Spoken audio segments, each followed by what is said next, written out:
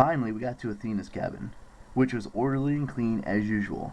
Books were straightened on the shelves, the armor was polished, battle maps and blueprints decorated the walls. Only Annabeth's bunk was messy. It was covered in papers, and her silver laptop was still running. "Acalis," Annabeth muttered, which was basically calling herself an idiot in Greek. Her second-in-command, Malcolm, suppressed a smile. "Yeah, we cleaned everything else. Didn't know if it was safe to move your notes." That was probably smart.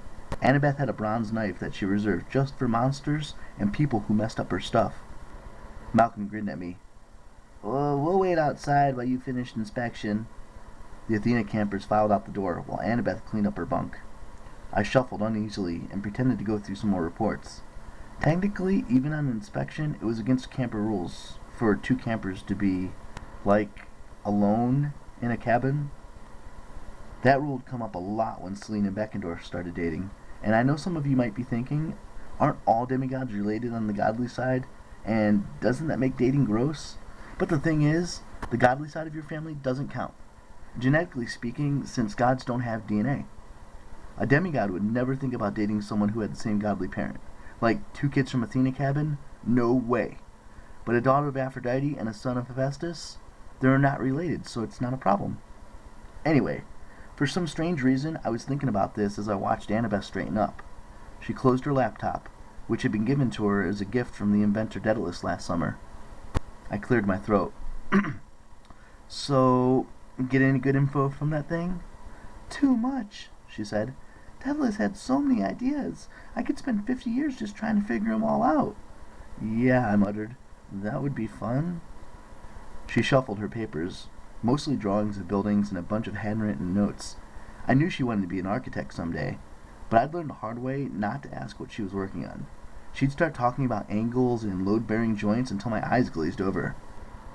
"You know," she brushed her hair from behind her ear, like she does when she's nervous, "the whole thing with Beckendorf and Selena, it kind of makes you think about what's important, about losing people who are important."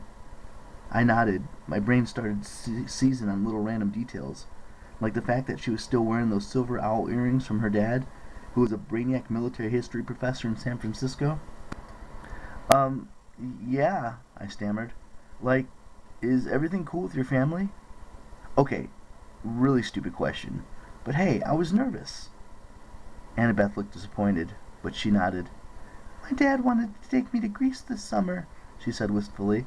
"I've always wanted to see—" "The Parthenon?" I remembered. She managed to smile. "Yeah." "That's okay. There'll be other summers, right?" As soon as I said it, I realized I was making a boneheaded comment. I was facing the end of my days. Within a week, Olympus might fall. If the Age of Gods really did end, the world as we knew it would dissolve into chaos. Demigods would be hunted to extinction. There'd be no more summers for us. Annabeth stared at her inspection scroll. 3 out of 5, she muttered, "for sloppy head counselor. Come on, let's finish your reports and head back to Chiron." On the way back to the big house, we read the last report, which was handwritten on a maple leaf from a satyr in Canada. If possible, the note made me feel even worse.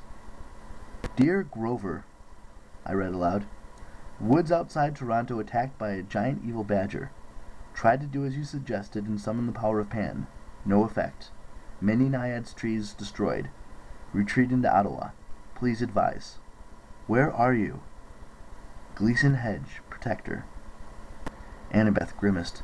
"You haven't heard anything from him, even with your empathy link?" I shook my head dejectedly.